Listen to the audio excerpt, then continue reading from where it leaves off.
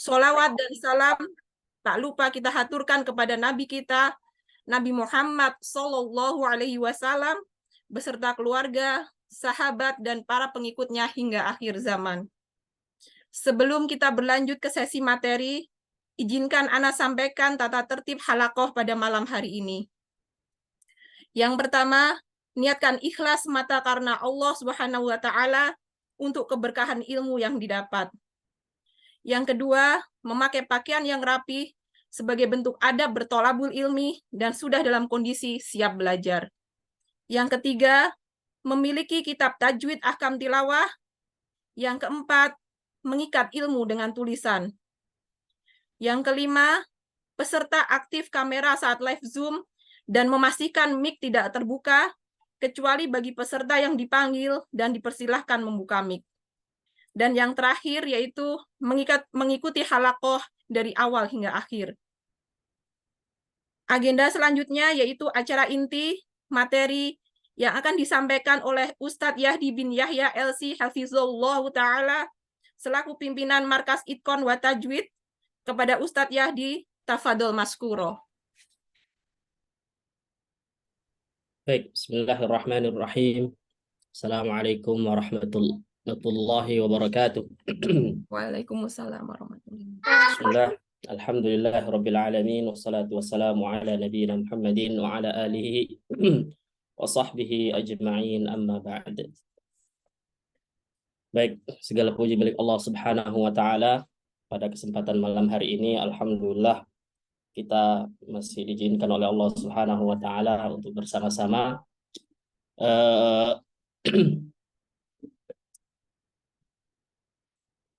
mengkaji ya, atau di pertemuan yang kedua dalam kuliah ilmu tajwid ahkam tilawah Al-Quran. Tak lupa salawat serta salam semoga selalu tercurah limpahkan kepada Nabi kita Nabi Muhammad Sallallahu Alaihi Wasallam, kepada keluarganya, para sahabat-sahabatnya, dan juga orang-orang yang senantiasa berpegang teguh kepada ajaran-ajaran beliau hingga hari kiamat. Hadirin sekalian dimuliakan oleh Allah Subhanahu wa Ta'ala. Kita mulai insyaallah. Sebelumnya terima kasih buat MC. Kemarin terakhir sampai di bahasan apa kita? Sudah masuk ke sejarah perkembangan ilmu tajwid ya. Sudah kita awali kemarin kan?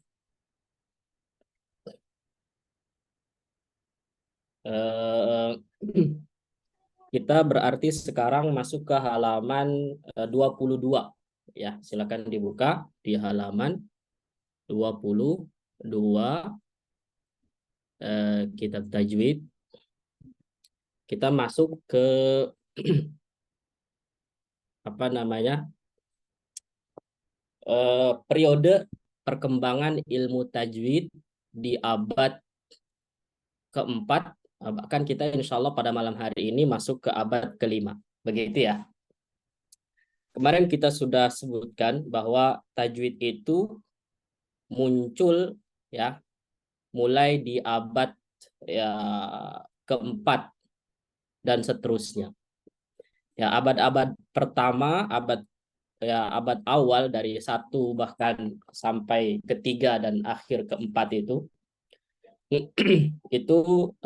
para ulama kita terdahulu mereka fokus di ilmu lughah ya, dan bahkan ilmu qiraat. Adapun tajwid ya mulai ada ya karya tulisnya sebagaimana yang sudah kita bahas kemarin. Pertama kali pencetusnya adalah Al-Imam Al-Khaqani ya, yang wafat 325 Hijriah, ulama awal abad keempat ya. Ini ulama-ulama abad keempat ya, walaupun memang Al-Imam Abu Muzahim Musa Al-Khaqani ini menyusun dalam kitab tajwid ya, atau menyusun tajwid dengan bentuk nazam ya, yang mana tidak ada kata-kata tajwid di situ sebenarnya, tetapi beliau menggunakan dengan istilah husnul ada ya, yang mana maksudnya adalah tajwid yang kita kenal hari ini.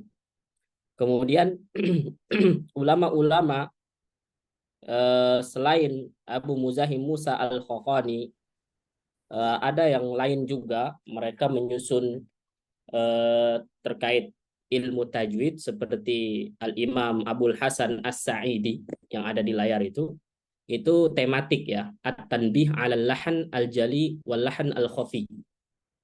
Ya, kitab ini sebenarnya tajwid bahasannya tematik ya. Jadi masalah lahan. Ya, at-tanbih 'alal lahan jali dan lahan khafi. Ya. Kemarin udah saya sampaikan belum? Jadi lahan jali dan lahan khafi itu siapakah yang pertama kali mencetus atau membagi lahan menjadi lahan jali dan lahan khafi?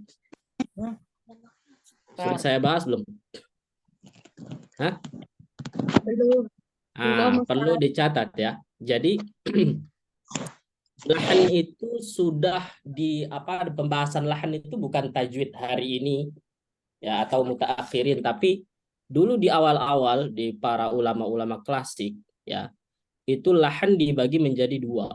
Ada lahan khafi atau lahan ya, kemudian lahan jali. Mau khafi dulu, jali dulu silahkan.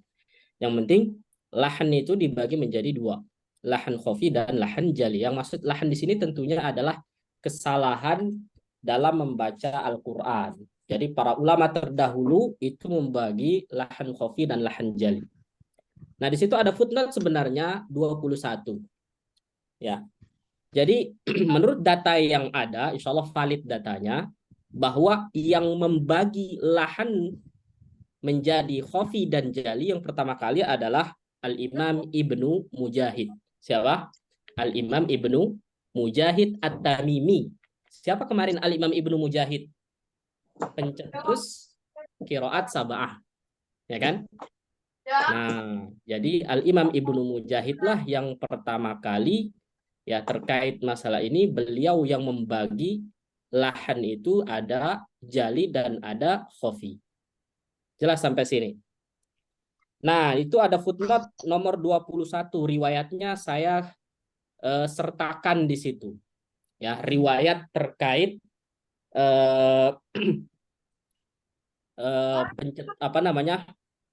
Al-Imam Ibnu Mujahid yang membagi lahan jali dan lahan khafi. Nah, di sini ada ya terkonfirmasi dalam kitabnya Abu Amr Ad-Dani dalam kitab At-Tahdid yang ditahqiq oleh Dr. Ghanim Qadduri ya Al-Hamad. Di situ perhatikan ya, beliau mengatakan ya di sini menurut data yang kuat bahwa pencetus pertama dalam pembagian lahan menjadi dua, ada lahan jali dan lahan khafi, adalah Al-Imam Ibnu Mujahid. Nah, haddatsanil Husain bin Syakir As-Simsar. Qala haddatsana Ahmad bin Nasr Asy-Syadai. Ya, qala sami'tu Ibnu Mujahid yaqul, ya beliau mendengar bahwa Al-Imam Ibnu Mujahid mengatakan al-lahnu fil Qur'ani lahnani. Jadi lahan di dalam Al-Qur'an itu ada dua macam. Jaliyun wa khafiyun. Nah, jaliyun wa khafiyun. Tolong di-mute ya yang tidak ini. Jaliyun wa khafiyun. Baik. Nah, jadi Al-Imam Ibnu Mujahid lah yang membagi lahan menjadi dua, jali wa khafi. Fal jaliyu lahnul i'rab, ya, yang namanya jali itu adalah lahan kesalahan dalam gramatikal, i'rab. Ya. Wal khafiyu, adapun lahan khafi adalah tarku i'ta'il harfi haqqahu min tajwidil lafdhihi, yang biasa kita kenal dengan kesalahan dalam kesalahan ilmu tajwid. Ya. Kalau lahan jali yang memang fatal jelas itu biasanya kesalahan dalam i'rab. Misalkan harokat bisa terjadi pada huruf, bisa terjadi pada kalimah ya. Dan itu sudah saya bahas lahan itu dalam buku saya Makharijul Huruf was Sifat. Ya. Seperti itu. Jelas ya? Jadi lahan yang membagi menjadi dua itu adalah pertama kali Al-Imam Ibnu Mujahid, sebagaimana yang yang terdapat riwayatnya dalam kitab At-Tahdid fil Itqan wa Tajwid punyanya Abu Amr Ad-Dani. Baik. Nah, Al-Imam As-Sa'idi ya, setelahnya tentunya karena beliau wafat 410 Hijriah.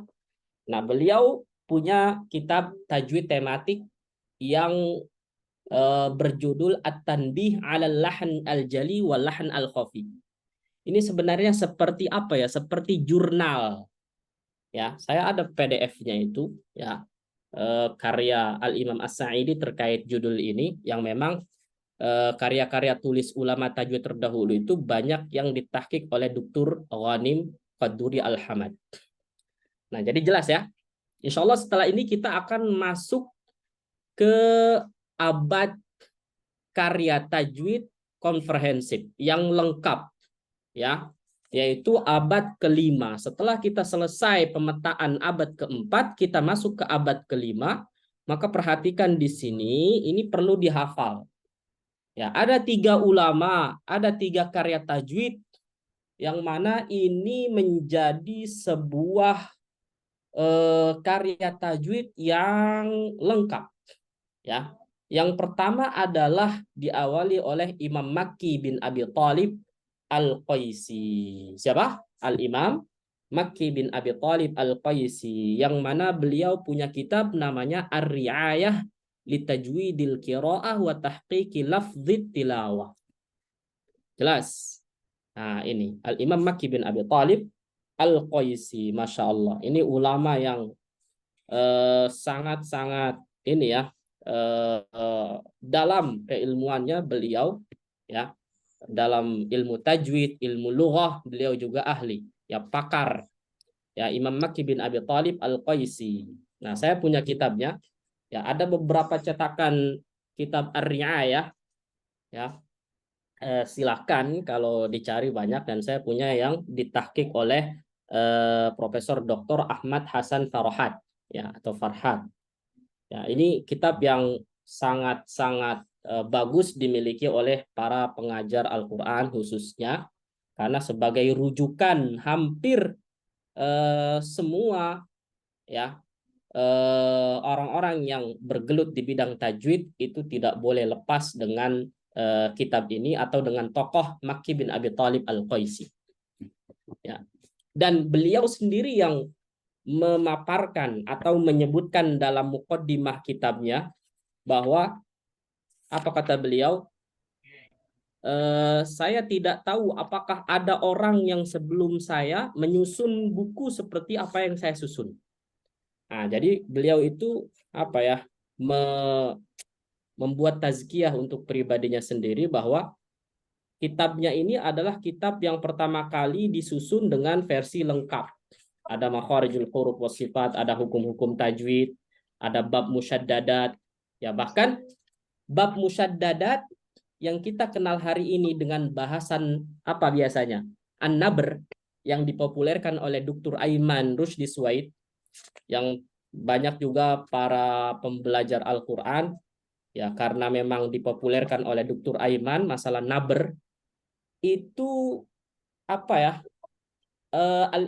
Dr. Aiman ya, Syekh Dr. Aiman Rushdie Suwaid merujuk kepada kitab ini dia, Ar-Ri'ayah, punyanya Al-Imam Makki bin Abi Thalib Al-Qaisi ya.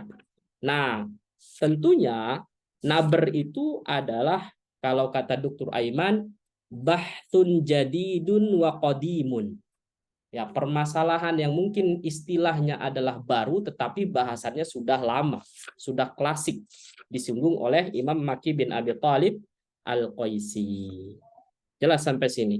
Yang mana di dalam kitab beliau judulnya adalah Babul Musyaddadat. Ya, silakan dicari aja yang punya ya. Kemudian kita juga tidak lupa bahwa selain Imam Makki bin Abi Thalib Al-Qaisi di abad keempat, ada sosok ulama yang sangat-sangat fenomenal, yaitu Al-Imam Abu Amr Ad-Dani ya, atau Utsman bin Sa'id ya.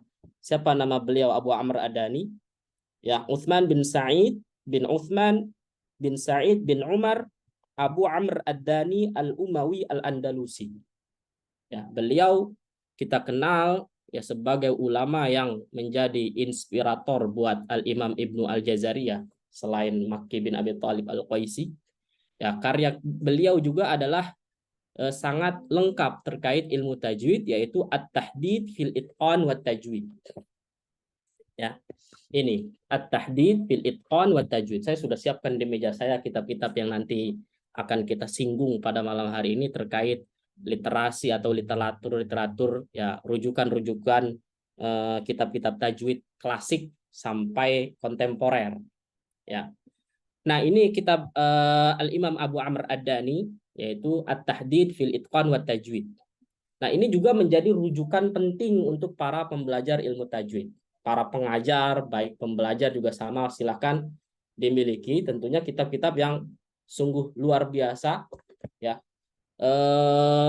kitab ini adalah kitab yang memang disusun di abad kelima sudah mulai lengkap. Bahkan kemarin yang saya singgung terkait definisi ilmu tajwid, ya, yang di awal kemarin definisi yang lengkap, walaupun itu sebenarnya disampaikan oleh Al-Imam Ibnu Al-Jazari baik dalam An-Nashr yang tertulis dalam footnote atau bahkan At-Tamhid, ya, ini saya juga udah saya cek lagi di At-Tamhid juga ada. Kemarin Ustadz Budi menanyakan bahwa saya menyebutkan dalam At-Tamhid, padahal yang tertulis di footnote itu adalah An-Nashr. Karena memang At-Tamhid dengan An-Nashr, ya, An-Nashr itu juga banyak memang walaupun versinya lebih lengkap tajwidnya, ya, tapi kitab At-Tamhid ini adalah kitab sebagai prolog lah dalam ilmu tajwid fokusnya. Nah, itu definisinya sama. Nah, tapi kita harus tahu bahwa Al-Imam Ibnu Al-Jazari itu mengutip definisi tersebut dari kitab Al-Imam Abu Amr Ad-Dani dalam kitab At-Tahdid fil Itqan wa Tajwid. Seperti itu. Ya, apa definisinya kemarin? Ya. Wa huwa i'ta'ul hurufi huquqaha wa tartibuha maratibaha wa raddul harfi ila makhrajihi wa aslihi sampai seterusnya. Itu adalah definisi yang memang terkonfirmasi dalam kitab At-Tahdid fil Itqan wa Tajwid. Nah, kemudian ada kitab selanjutnya yang sebenarnya kalau dua kitab barusan kita sebut itu referensi Al-Imam Ibnu Al-Jazari dalam menyusun kitab At-Tamhid, karya awalnya, karya tulis awal Al-Imam Ibnu Al-Jazari ketika berumur berapa? 18 atau 19 tahun. Nah, itu jelas beliau menyebutkan bahwa At-Tamhid ini terinspirasi, maksudnya kitab At-Tamhid beliau nukil juga dari kitab Ar-Ri'ayah dan At-Tahdidnya punya Abu Amr Ad-Dani. Nah, tapi beliau tidak ada yang memang beliau tidak menyebutkan secara sharih, secara jelas bahwa beliau juga mengambil dari kitab ini, Al-Mudih fit Tajwid punyanya Al-Imam Abdul Wahhab Al-Qurtubi. Ulama-ulama yang memang ini bertiga ada di Andalusia, ya. Yang wafat 461 Hijriah. Jadi ini semua adalah ulama abad kelima yang memiliki kitab-kitab tajwid yang lengkap. Nah, ini Al-Mudih saya juga punya. Sepertinya kemarin sudah saya sebutkan, ya, kitab-kitab ini. Tolong dihafal, ya. Tiga ulama ini menjadi lampu, ya, atau penerang, ya, dalam karya ilmu tajwid yang versi lengkap, ya. Yang mana uniknya dari tiga ulama ini semuanya dari Andalusia, dari negeri Andalusia. Ya, yang dahulu kita tahu bahwa Andalusia itu adalah peradaban yang luar biasa. Karena dulu juga sebenarnya ada peradaban negeri Islam yang tidak kalah, yaitu di Irak, di Baghdad. Namun kita tahu bahwa Baghdad waktu itu, ya, ada konflik sehingga banyak karya-karya tulis para ulama yang hilang, apakah itu dibakar oleh orang-orang musuh-musuh Islam, orang-orang kafir, ya, atau memang tidak terselamatkan, wallahu a'lam bishawab. Sehingga ada di footnote yang saya singgung di sini, ya, pada periode abad kelima Hijriah di footnote 22, ya, sebenarnya terdapat karya tulis lain di bidang ilmu tajwid, namun penyusun tidak cantumkan dalam tabel di atas. Disebabkan karya tulisnya telah hilang, mafqud. Yaitu berasal dari negeri bagian timur, yaitu di kota Baghdad, Irak yang sekarang. Siapa aja? Seperti Abdurrahman bin Abu Ali al-Baghdadi, ya, 471 Hijriah. Ini ulama abad kelima, ya, yang mana beliau punya kitab At-Tajrid fi At-Tajwid, ya. Kemudian juga tadi saya sebut siapa yang pertama?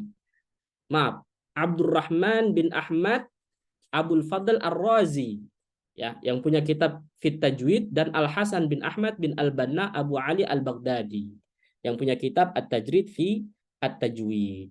Ya, ini semuanya sebenarnya ada dalam kitab Syarah Muqaddimah Jazariyah karya Dr. Ghanim Qadduri Al-Hamad, yang memang syarah Jazariyah yang versi lengkap, itu tebal banget, ya, Syarhul Kabir. Jelas sampai sini ya?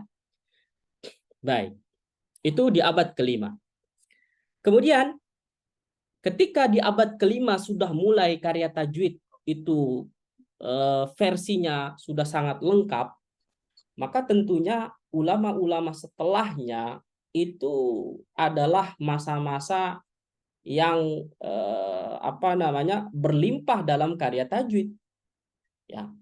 Bahkan saking berlimpahnya itu ada yang dicetak sampai saat ini, ada kitab tajwidnya, ada yang memang masih manuskrip, masih makhtutot, ya, seperti itu. Biasanya kalau yang manuskrip itu adanya di perpustakaan yang terkenal di Timur Tengah, ya, apakah di Madinah atau di Turki dan lain sebagainya. Itu kitab-kitab para ulama terdahulu, ya, di periode setelah abad kelima itu sangat berlimpah, sangat banyak.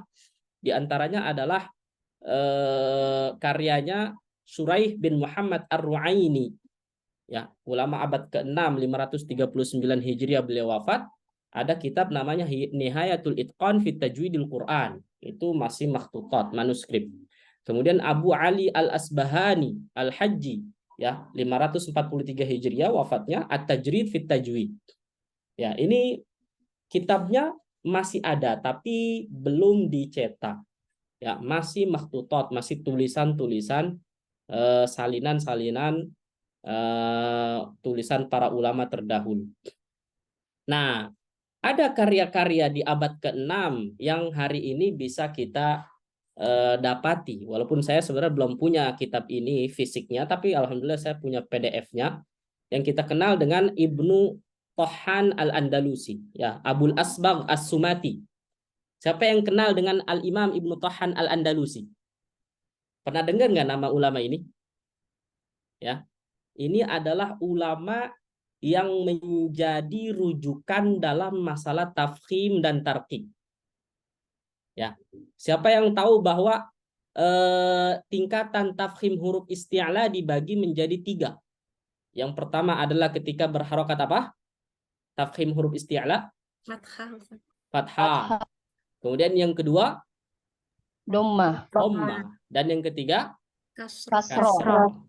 Ya, dan pendapat ini, ya, sukun bagaimana? Sukun itu mengikuti harokat sebelumnya. Ya, ketika sukun sebelumnya fathah, maka dia menempati tingkatan seperti fathah, dhammah, kemudian kasroh. Itulah yang mungkin istilah baru hari ini kontemporer, tafkhim nisbi. Walaupun tafkhim nisbi ini adalah sebutan yang mungkin kalau mau digunakan ini adalah istilah-istilah yang disebutkan oleh para ulama-ulama kontemporer seperti dalam kitab Taisir Rahman fi Tajwidil Quran. Ya, tapi kita harus tahu bahwa rujukan tafkhim dan tarqiq itu merujuk kepada ini, Al-Imam Ibnu Tohan Al-Andalusi, ya, Abul Asbagh, ya, As-Sumati nama beliau. Ya, di situ ada footnote 28. Nama beliau adalah Abdul Aziz bin Ali bin Muhammad bin Salamah Abu Humaid Abul Asbagh As-Sumati Al-Ishbili, yang dikenal dengan Ibnu At-Tahan, seorang ulama besar, muhakkik, alim, ahli tajwid yang kredibel. Beliau memiliki banyak karya dalam ilmu tajwid dan qiraat. Ya, beliau wafat 560 Hijriah, versi lain ada yang mengatakan 561 Hijriah. Nah, kitab beliau terkait tadi masalah tafkhim tarqiq itu bisa dilihat dalam kitab namanya Al-Inba fi Tajwidil Quran. Nah, itu ada. Makanya kayak masalah tafkhim biasanya apa? Tafkhim itu adalah simanun, ya, yadkhulu ala jismi atau sautil harfi fayamtaliul famu bisodahu. Yang namanya tafkhim itu adalah penggemukan yang terjadi pada suara huruf sehingga mulut kita itu penuh dengan gemak suara tebal. Nah, itu dulu sebelum saya kaji lebih dalam, biasanya hanya merujuk dalam kitab Tajwid Musawwar punyanya Syekh Dr. Aiman Rusdi Suwaid hafizahullah taala. Tapi setelah dikaji lebih dalam bahwa kebanyakan bahkan Dr. Aiman sendiri walaupun dalam Tajwid Musawwar itu tidak ditulis rujukan-rujukannya karena memang itu kitab tajwid aplikatif ya. Jadi tidak perlu banyak footnote. Adapun karya-karya Dr. Aiman yang lain tentunya kayak tahqiq dalam kitab An-Nashr itu nggak usah ditanya. Ya, banyak footnote-nya. Ya, jadi rujukan dalam masalah tafkhim dan tarqiq itu masyhur, kita merujuk kepada Al-Imam Ibnu Thahhan. Lalu nanti ada pendapat apakah Imam Ibnu Al-Jazari bagaimana dan lain-lain. Jelas sampai sini ya? Baik. Ada namanya Abul Ala Al-Hamadani. Nah, ini beliau punya kitab yang hampir sama dengan kitab nama kitab Al-Imam Ibnu Al-Jazari yaitu At-Tamhid fi Ma'rifatit Tajwid. Bedanya kalau At-Tamhidnya Al-Imam Ibnu Al-Jazari, At-Tamhid fi Ilmi Tajwid, sedangkan Al-Imam Al-Hamadani itu adalah At-Tamhid fi Ma'rifatit Tajwid. Nah, seperti itu. Uniknya, saya punya kitabnya Al-Imam Abul Ala Al-Hamadani. Kitab yang disusun oleh Al-Imam Abul Ala Al-Hamadani yaitu At-Tamhid fi Ma'rifatit Tajwid. Itu kitab yang penuh dengan riwayat-riwayat. Haddatsana. Jadi kitab tajwid itu Masya Allah berbentuk kayak sanad atau riwayat. Ya, sehingga kita tahu bahwa di zamannya Abul Ala Al-Hamadani, beliau menyusun kitab, itu apa yang beliau sampaikan sesuai dengan mata rantai ya dari guru-gurunya. Nah, itulah tajwid. Walaupun mungkin bahasa kita tajwid itu kan ijtihadi. Tetapi ijtihadi sudah saya singgung kemarin, bukan ijtihad yang baru. Tetapi kayak misalkan masalah pengucapan ikhfa, pengucapan idgham, itu disampaikan sesuai dengan apa yang disampaikan oleh guru-guru atau ulama-ulama sebelumnya. Ya, seperti itu. Dan ada satu masalah yang saya temukan, ada satu dulu sempat Al-Imam Dr. Aiman Rusdi Suwaid dalam satu videonya itu menjelaskan riwayat bacaan innamas shadaqatu lil fuqara'i wal masakin. Nah, saya waktu itu sangat terinspirasi, bahkan saya catat betul-betul waktu dapat dari postingan FB itu, Facebook ya. Biasanya Dr. Aiman mengkaji kitab-kitab atau ya dalam Tajwid Musawwar itu banyak di YouTube ya. Tapi waktu itu saya dapatnya dari uploadan dalam Facebook. Ya, beliau menyebutkan riwayat lain yang biasa kita kenal yang innamas shadaqatu lil fuqara, itu riwayatnya Abdullah bin Mas'ud. Ya. Nah, dalam kitab At-Tamhid ini saya temukan bahwa riwayat lain yang juga sama ketika membaca innamas shadaqatu lil fuqara'i wal masakin, itu ada kata-kata faghafarafahu. Fafaraghafahu. Ya.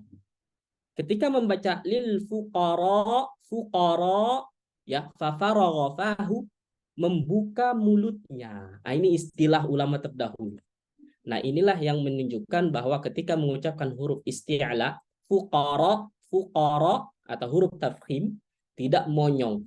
Tapi para sahabat terdahulu ya ketika dalam riwayat ini itu membuka mulutnya. Nah, itu faidah yang disampaikan oleh Dr. Aiman.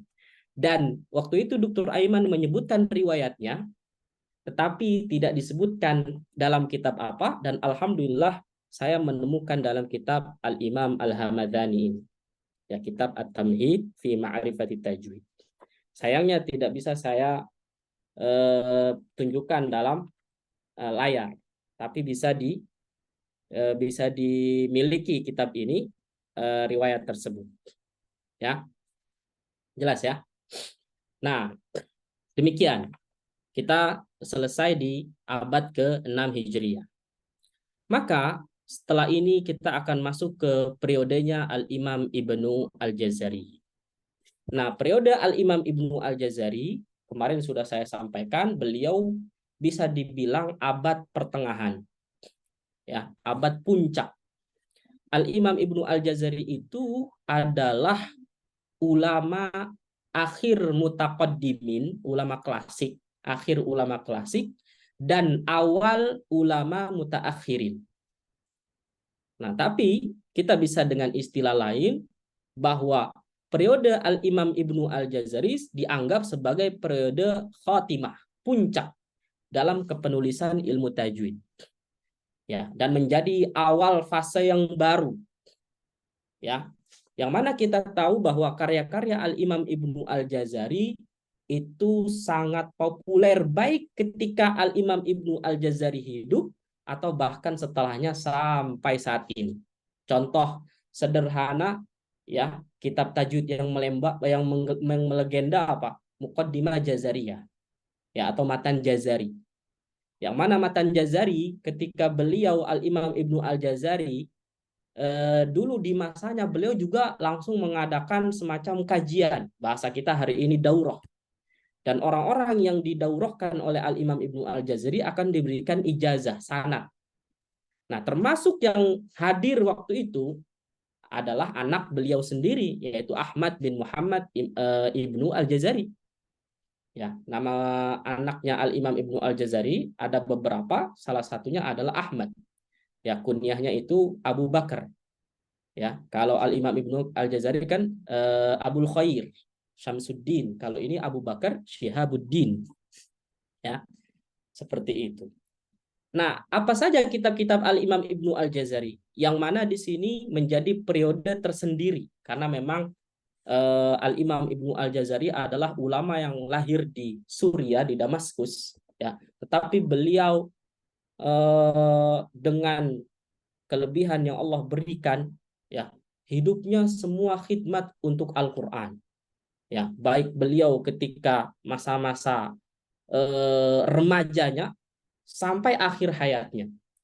Ya, tadi saya sempat baca sedikit terkait biografi Al-Imam Ibnu Al-Jazari, luar biasa. Ya, di umur 18 saja sudah menyusun kitab At-Tamhid fi Ilmi Tajwid. Walaupun At-Tamhid fi Ilmi Tajwid hari ini ya terkenal dengan karya awal dari Al-Imam Ibnu Al-Jazari. Pertama kali beliau menyusun kitab tajwid adalah berjudul At-Tamhid fi Ilmi Tajwid. Tetapi sebenarnya Al-Imam Ibnu Al-Jazari sebelumnya sudah menyusun kitab.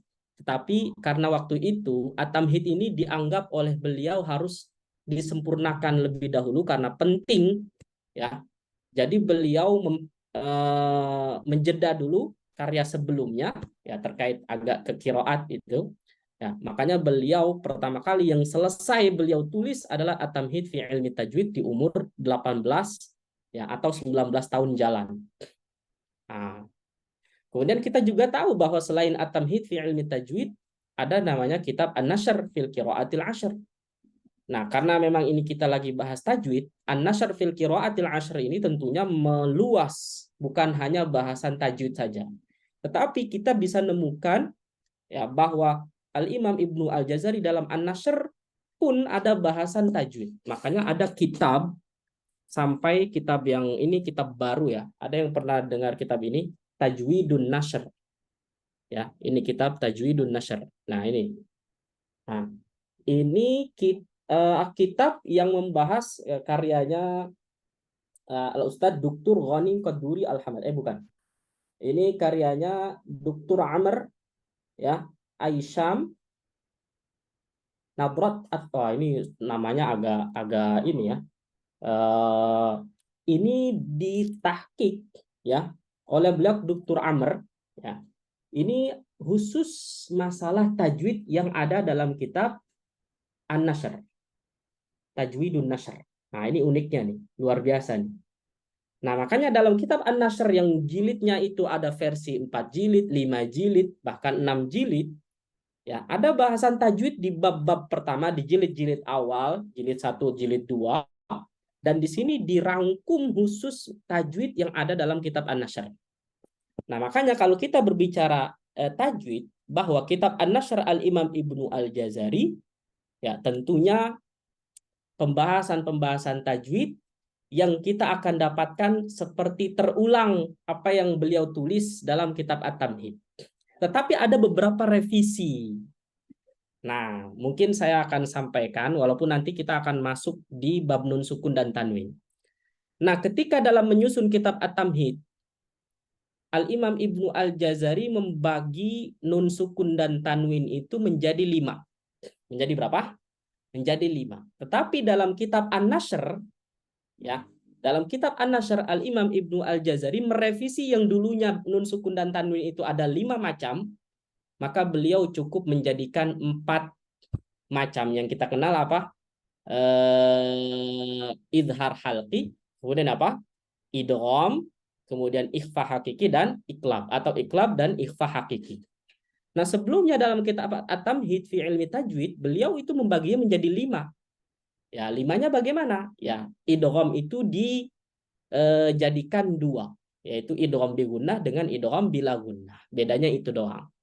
Nah, tapi kita tahu bahwa kitab An-Nashr ya, yang mana itu disusun setelahnya, setelah At-Tamhid, ya, karena memang di tahun 700-an ya, ketika beliau sudah melalang buana, karena dulu beliau itu pertama kali rihlah atau pertama kali safar ketika beliau masih umur belasan bahkan puluhan, ya 20-an lah, masih remaja, masih umur ya inilah sinul bulug lah. Nah, itu beliau pertama kali ketika pergi haji. Setelah itu beliau mulai rihlah ke Mesir. Nah, ke Mesir itu bolak-balik dari Damaskus beliau ke Mesir untuk talaqi ya kepada para masyaikh yang ada di sana di Mesir. Kemudian bolak-balik terus sampai beliau ya dalam sejarahnya biografinya itu mengajak anak-anaknya untuk bisa talaqi juga di negeri Mesir. Seperti itu. Ya. Kemudian di sini yang saya blok ya, selain kitab An-Nashr fil qiraatil ashr, ada juga Manzumatul Muqaddimah fima ala qari'il Qur'ani ayya'lamah. Ya, muqaddimah Jazariyah yang kita kenal hari ini sangat populer. Nah, An-Nashr fil qiraatil ashr ini memang bahasannya sangat luas, berbentuk nathar. Nah, Al-Imam Ibnu Al-Jazari menyusun dengan nazam, muncullah namanya Thayyibatun Nashr fil qiraatil ashr ya. Jadi Thayyibatun Nashr itu adalah nazam dari An-Nashr fil qiraatil ashr. Seperti itu. Jelas ya? Seperti rangkuman ya, Thayyibah itu dari kitab An-Nashr.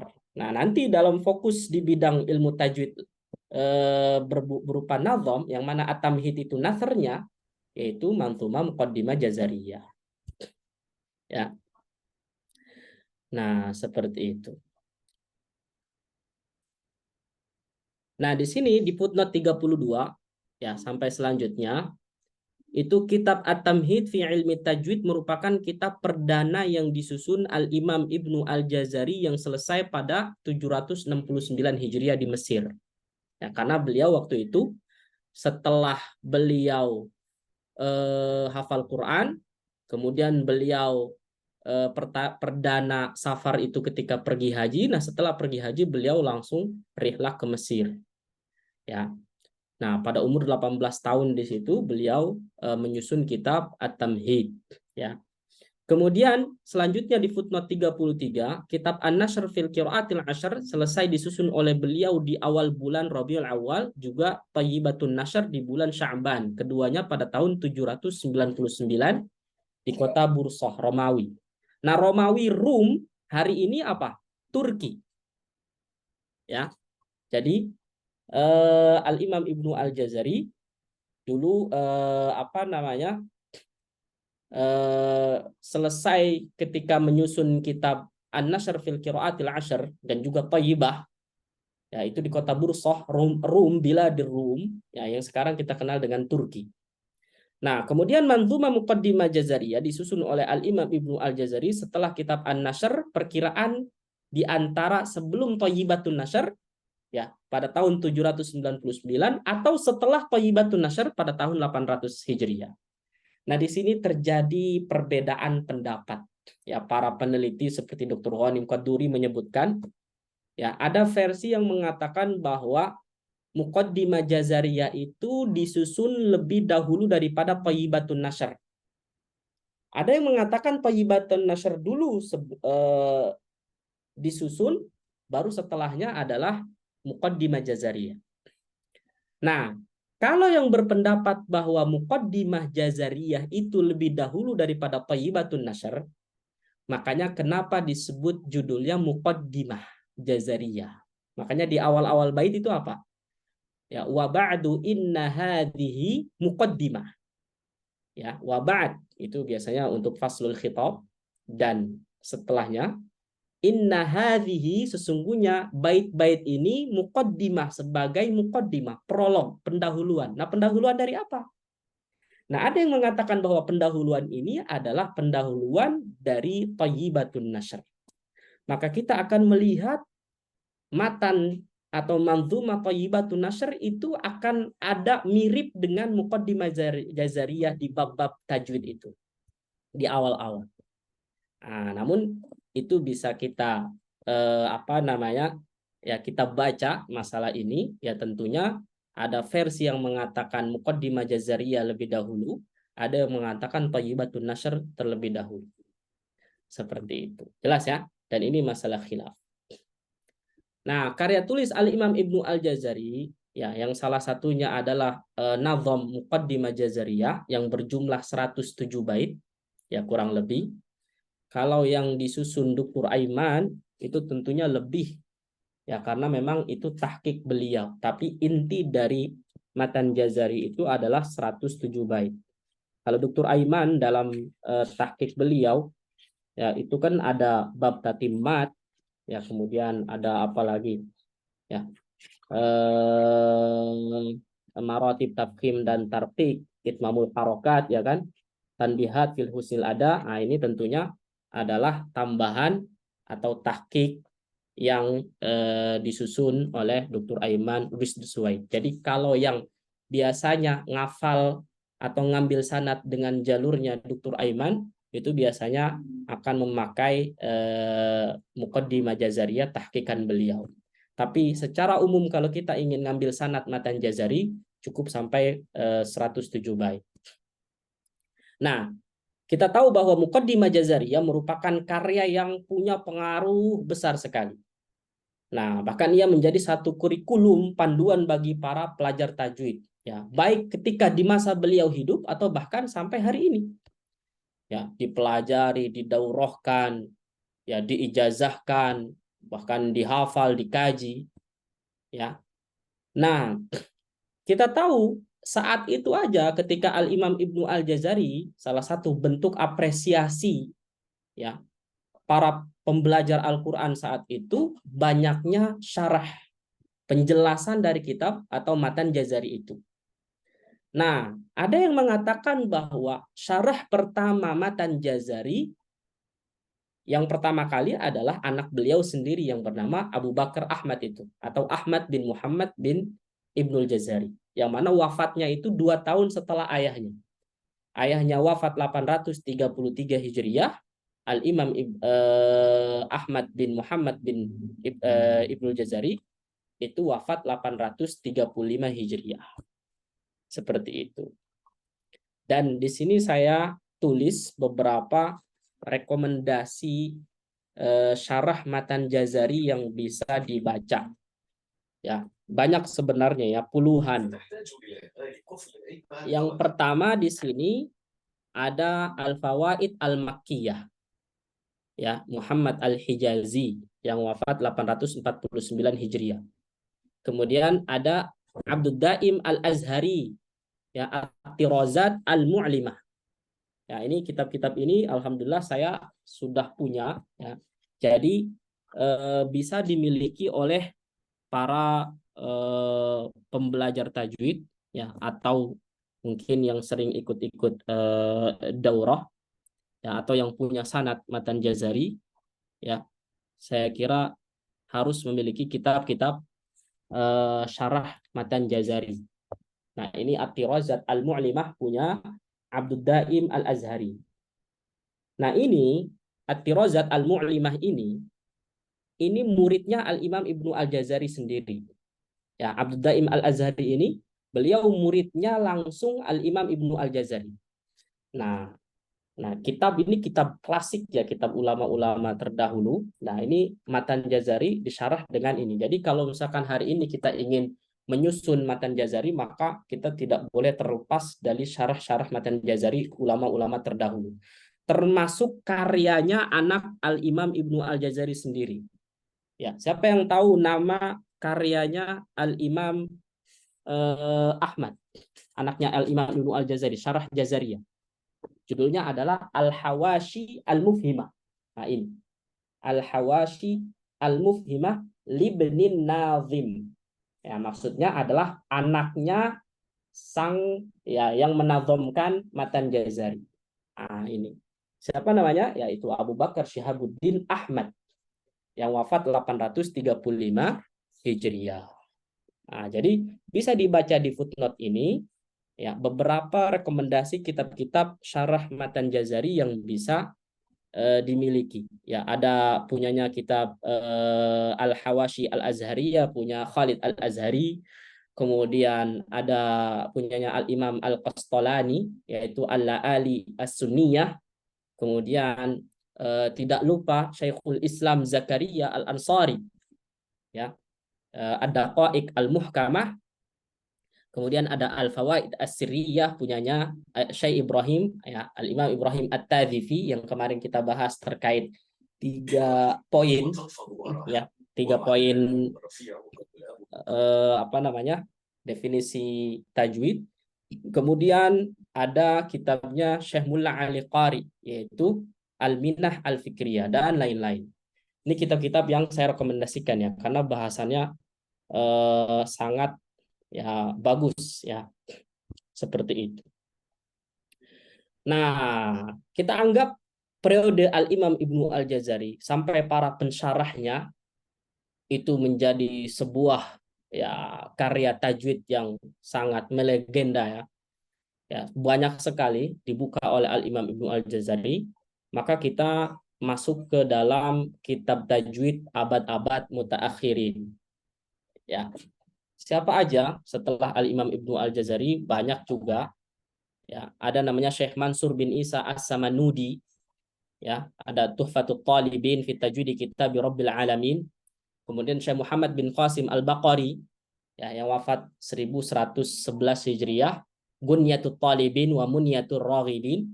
Kemudian Syekh Abdul Hasan An-Nuri As-Safaqisi, ya. Ya, As-Safaqisi. Itu Tanbihul Ghafilin wa Irsyadul Jahilin. Ya, ini saya ada beberapa PDF-nya, di antaranya Gunyatut Talibin. Ini bisa dicari, dan ada yang nggak ketemu. Ya, sempat saya ingin beli kitab-kitab yang mungkin saya susun ini dalam tapi banyak yang teman-teman para ustadz-ustadz yang di Mesir itu kadang tidak menemukan. Jadi yang ketemu alhamdulillah, yang tidak bisa ditemukan itu ya akhirnya sulit untuk dicari. Biasanya karena cetakan pertama kemudian tidak dicetak lagi. Seperti itu. Kadang butuh ditahqiq kembali, direvisi kembali, seperti itu. Ya, kemudian ada kitabnya Al-Imam Al-Mar'ashi. Nah, ini kitab yang harus dimiliki juga, ya, karena ini menjadi inspirasi saya dalam konsep penyusunan buku Makharijul Huruf wa Sifat. Yaitu, ya, Muhammad bin Abi Bakar Al-Mar'ashi dalam kitabnya Juhdul Muqil. Saya punya dua versi waktu itu saya beli. Yang pertama yang ditahqiq oleh Syekh Jamaluddin Muhammad Syaraf. Ya, ini tipis banget ya, Juhdul Muqilnya. Ya, ini kita seperti kajian literasi ya, kajian rujukan. Nah, ini Juhdul Muqil. Ini tipis banget ini juga soft file. Kemudian ada yang ditahqiq oleh saudaranya, ini kalau nggak salah adiknya Dr. Ghanim Qadduri, namanya Salim Qadduri Al-Hamad. Nah, ini Juhdul Muqil. Nah, ini saya rekomendasikan untuk dimiliki ya. Tentunya semuanya berbahasa Arab. Ya, semuanya berbahasa Arab. Juhdul Muqil ini kitab yang bagus ya jamaah. Jadi terkait masalah apa ya?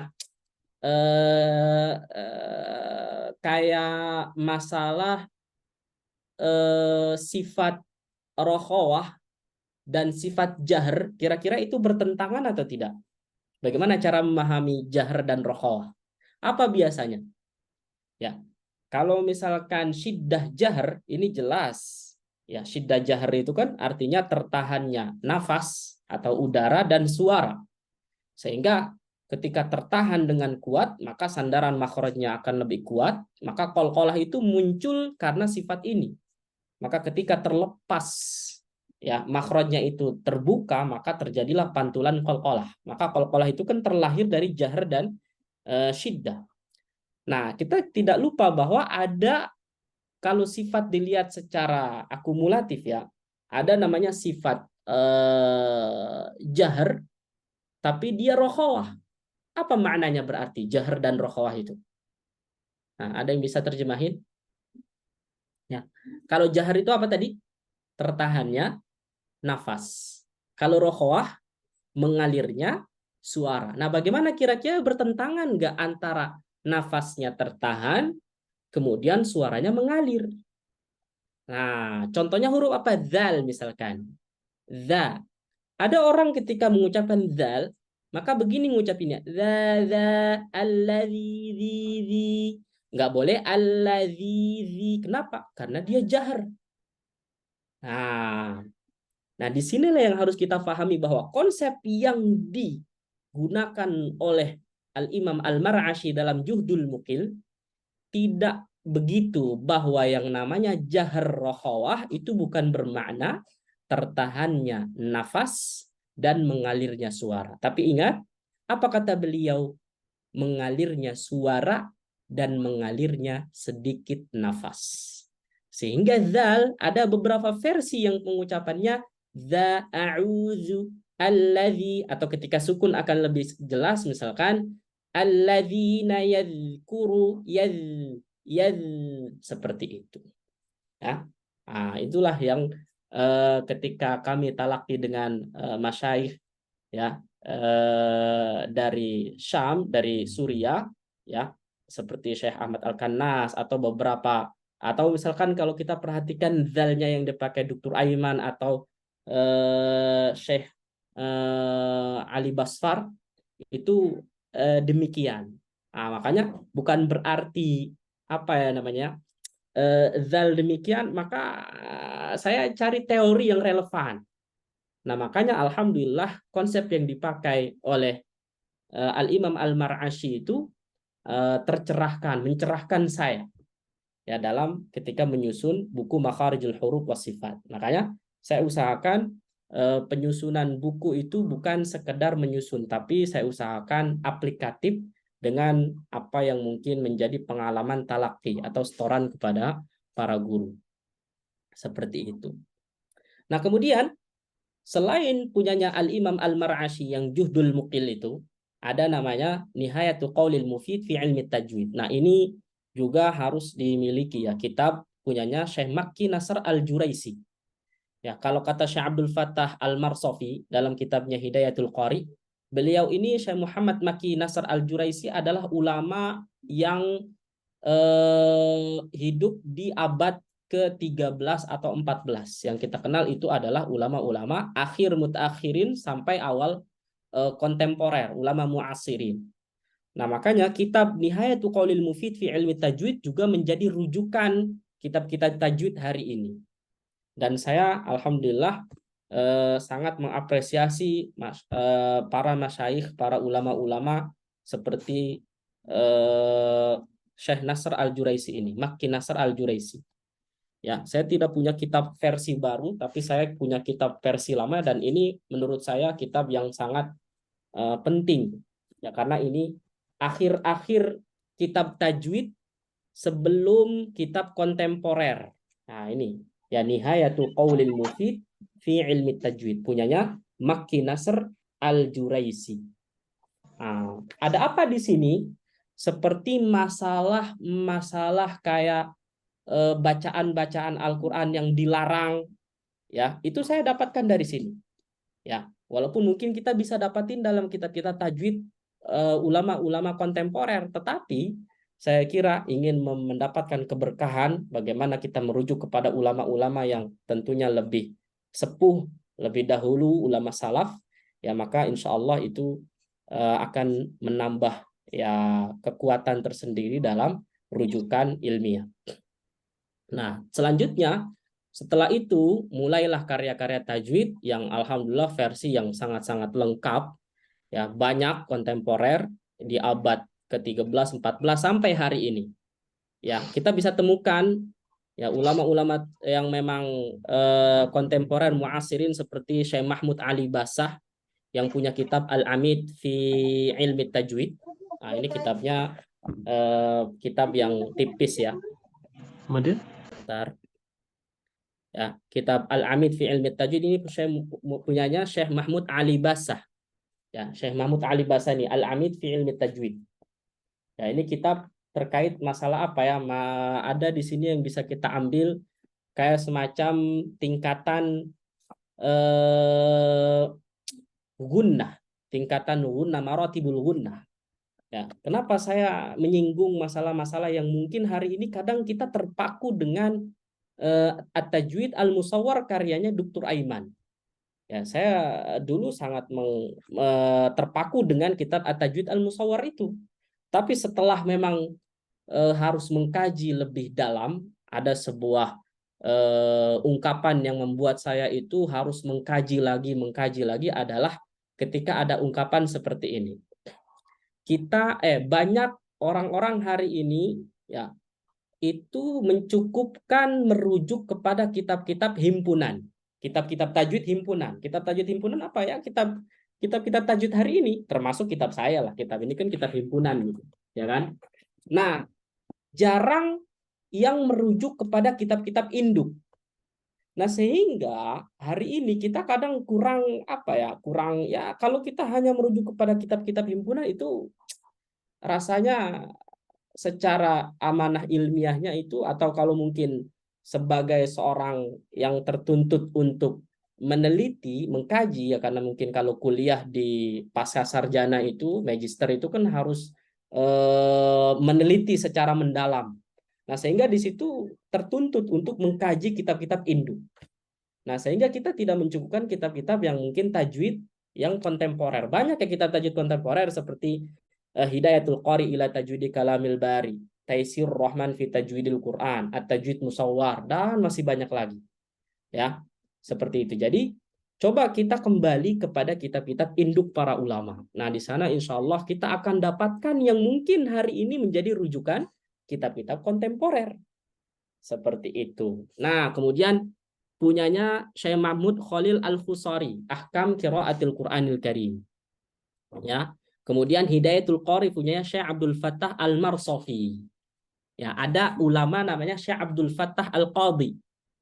Syekh Abdul Fattah Al-Qadhi ini wafat 1403 Hijriah.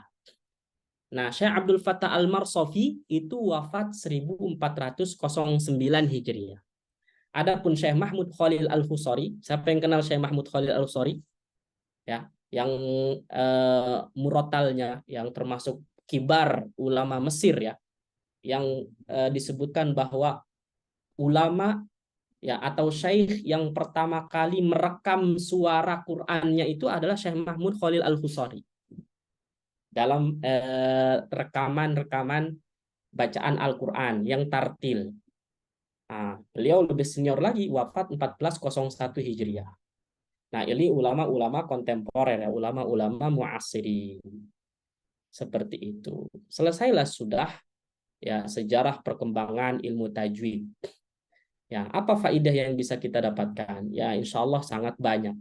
Jadi kita tahu bagaimana sanad keilmuan tajwid itu dari masa ke masa itu sangat-sangat punya korelasi. Ya, mungkin kalau kita lihat dari karya tulis tajwid itu antara satu dengan yang lain saling melengkapi.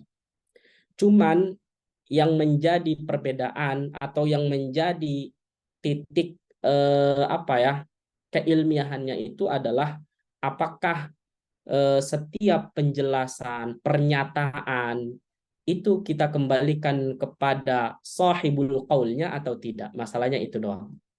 Ya, kalau tentunya ini berbeda dengan kitab-kitab tajwid yang memang itu terapan. Ya, tidak perlu ada footnote, ada rujukan yang harus detail.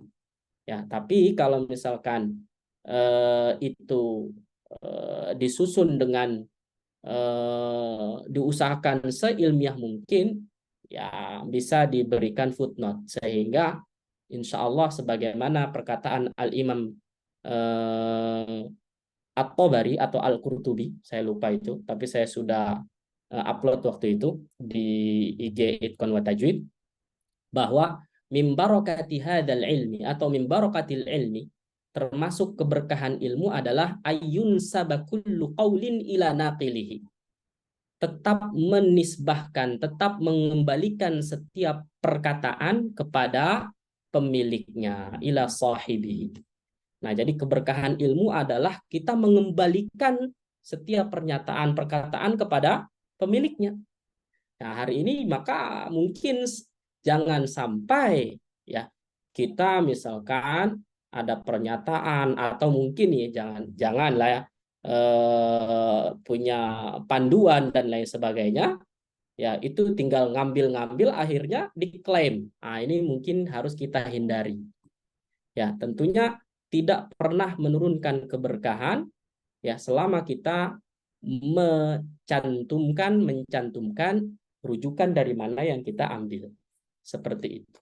Ya, karena pada dasarnya insya Allah itu juga menjaga atau ya menjaga keberkahan ilmu yang kita dapatkan insya Allah. Apakah itu pernyataan ya atau bahasa verbal pengajaran, seperti misalkan ketika saya mengajarkan kepada murid-murid saya, itu apa yang saya dapatkan dari guru saya, contoh huruf sofir ya, ketika saya mengajarkan huruf sofir kepada murid-murid saya kayak huruf zai, sin sama sod, guru saya itu menjelaskan giginya dirapetin gini, percis apa yang beliau sampaikan ya, huruf sofir usahakan giginya begini, dirapatkan gini. Maka saya sampaikan itu kepada murid-murid saya. Coba za di ez dirapatkan. Kemudian sad juga sama, as so as. Kemudian sin s gitu. Dan ketika ada yang komplain, Ustadz, bagaimana kalau giginya itu nggak bisa rata, Ustadz? Karena mungkin giginya nggak rata atau bagaimana? Saya ketika ada pertanyaan itu saya sudah komplain duluan kepada saya. Nggak semua gigi orang sama Syekh, bagaimana? Kemudian apa jawaban Syekh saya? Ya diusahakan gitu. Jadi ibaratnya jangan apa-apa itu ya komplain, kemudian apa namanya ya banyak alasan. Bahkan beliau bilang laisa maqbulan ya Ustadz. Ya gitu maksudnya kayaknya nggak diterima kalau kita terlalu banyak alasan ketika talaki. Ya walaupun kebanyakan kalau kita talaki dengan orang-orang Arab itu ya para masyayikh itu nggak banyak penjelasan. Ada yang memang kalau kita talaki itu langsung dituntut bagaimana apa yang kita baca, ngikutin bacaan beliau. Ya, no caption, nggak ada deskripsi apa-apa gitu.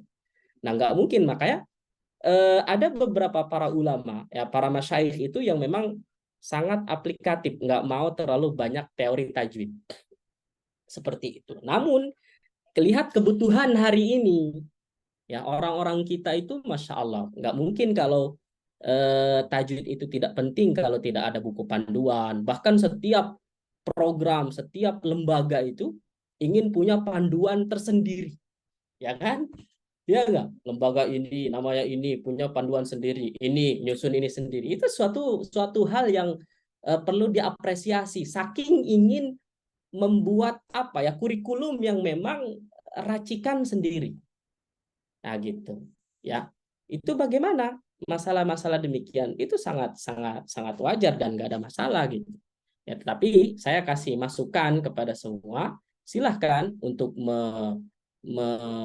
membuat, menyusun dan lain sebagainya. Insya Allah masih banyak tempat-tempat atau kesempatan-kesempatan mana-mana yang belum pernah dilakukan. Tapi ingat, jangan apa ya, kalau yang terulang itu maka suatu hal yang biasa. Tapi kalau misalkan kita punya suatu hal yang baru itu biasanya akan lebih ada majal lagi, ada tempat lagi. Sebagaimana kalau kita nyusun penelitian dalam kuliah, apakah skripsi atau bahkan pasca sarjana, ya, kalau ada kajian-kajian yang terulang, maka tentunya itu tertolak. Kecuali ada hal yang baru, yang menjadi penelitian baru. Insya Allah itu akan menjadi suatu hal yang bisa bermanfaat lebih kepada para jamaah. Baik, tapi kalau halnya itu buat internal dan lain sebagainya, lembaga, saya kira itu sah-sah aja, tidak terlalu menjadi sebuah problem ya. Nah, penamaan tajwid. Penamaan kita sudah sebutkan banyak istilah tajwid hari ini. Ya, mau pakai istilah ulama terdahulu apa sekarang ya banyak ya. Ilmu tajwid, husnul ada, at-tartil, bahkan at-tahbir, at-tahsin. Ya, seperti itu. Dasar pengambilannya adalah tata cara bacaannya Rasulullah Shallallahu Alaihi Wasallam. Ini sangat jelas. Ya, jadi kalau kita ingin membaca Al-Quran yang bertajwid, tentunya kita mengikuti bacaannya Rasulullah Shallallahu Alaihi Wasallam, sebagaimana beliau ajarkan kepada para sahabat, kemudian sahabat kepada para tabi'in, tabi'ut tabi'in, terus mutawatir sampai para guru-guru kita, ya, sampai kepada kita semuanya secara mutawatir. Yang mana itulah yang disebut dengan bersambung sanadnya kepada Rasulullah Shallallahu Alaihi Wasallam. Adapun dalilnya jelas, warattilil Qur'an tartila. Nah, di sini penting untuk ditandain, saya mungkin tidak akan membahas banyak, bahwa makna tartil itu banyak ya. Ada beberapa definisi tartil yang bisa dibaca. Apakah itu tartil itu biasanya ada yang dimaknai pelan-pelan, bisa. Ada yang bisa dimaknai dengan menjelaskan setiap huruf bacaan dan lain sebagainya, itu ada di sini. Termasuk sahibul qaulnya juga. Ya, silakan dibaca. Nah, kemudian kalau kita tadi melihat dasar pengambilan tajwid itu dari Rasulullah, maka kita tahu bahwa salah seorang istri Rasulullah, Ummu Salamah, ya, ketika Ya'la bin Malik menanyakan bagaimanakah bacaan Nabi, kemudian istri Nabi menyampaikan bahwa fa'idha hiya tan'atu qira'atan mufassaratan harfan, bahwa bacaan Nabi itu adalah bacaan yang mufassarah, yang memperjelas harfan, huruf per huruf. Jadi ini sudah tidak asing lah. Hari ini kalau kita belajar tahsin itu kan ada guru yang memang ketat gitu ngajarinnya. Mungkin di sini banyak para guru ya, ketika mengajarkan muridnya itu harus jelas gitu huruf per huruf. Maka insya Allah demikian kita sudah mempraktekkan bagaimana dulu bacaannya Nabi. Jadi nggak ada istilah orang baca Quran itu kayak kumur-kumur, nggak jelas gitu. Ya, sedemikian. Ya, atau masalah panjang pendek, mad, itu juga dilakukan oleh Nabi ketika membaca Al-Quran. Ya, termasuk sunnah ketika membaca Bismillahirrahmanirrahim. Apakah itu wakaf di setiap ayat, atau ketika panjang mat ya dibaca panjang. Demikian. Walaupun zaman tatkala itu tidak ada istilah ini mat tabi'i, ini mat arid lisukun, itu nggak ada. Demikian ya. Baik, sampai sini kira-kira ada pertanyaan atau ada yang mau didiskusikan? Ya, silakan kalau ada yang mau bertanya. Saya panjang lebar dari tadi nih, belum mempersilahkan pertanyaan. Silakan. Fadhol Ustaz Fahri. Ada yang mau ditanyakan? Nah, Ustaz, bertanya sedikit, Ustaz. Nah, Ini kan terkait yang sudah dijelaskan tadi, afwan terlambat tadi, Ustaz. Eh, berapa kitab tajwid yang telah ada terdahulu, yang dimana secara runut bahwa mereka ini kan para ulama kita terdahulu ini menuliskannya berdasarkan hasil talaki mereka kepada guru-guru mereka sampai ke Rasulullah SAW. Yang menjadi pertanyaan, kenapa yang tertulis sama, namun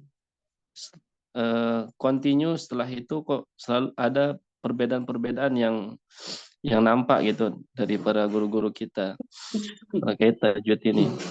Nah, sehingga sering kami mendengar itu tajwid itu bahwa katanya dinamis katanya. Nah, mungkin bisa dijelasin kok begitu, Ustaz. Mungkin semoga dipahami pertanyaan ini. baik. Masya Allah. Barakallahu fiik. Pertanyaan yang bagus ini. Soal realistis ya Ustadz ya. Jadi begini. Dulu juga Rasulullah SAW ketika mengajarkan para sahabat, atau bahkan para sahabat ketika mengajarkan para tabi'in, atau mungkin kalau kita kembalikan kepada para imam qiraah ketika mengajarkan kepada murid-muridnya, maka itu juga bervariatif Ustadz, tidak sama. Ya karena secara manusiawi ada orang yang fasahahnya itu Masya Allah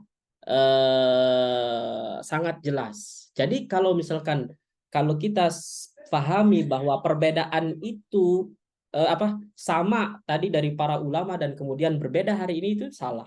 Itu kurang tepat. Jadi perbedaan itu maksudnya variatif itu dari segi bacaan, bukan ini ya variatif terlalu jauh. Ya, perbedaan itu sudah ada di zaman dahulu. Seperti itu.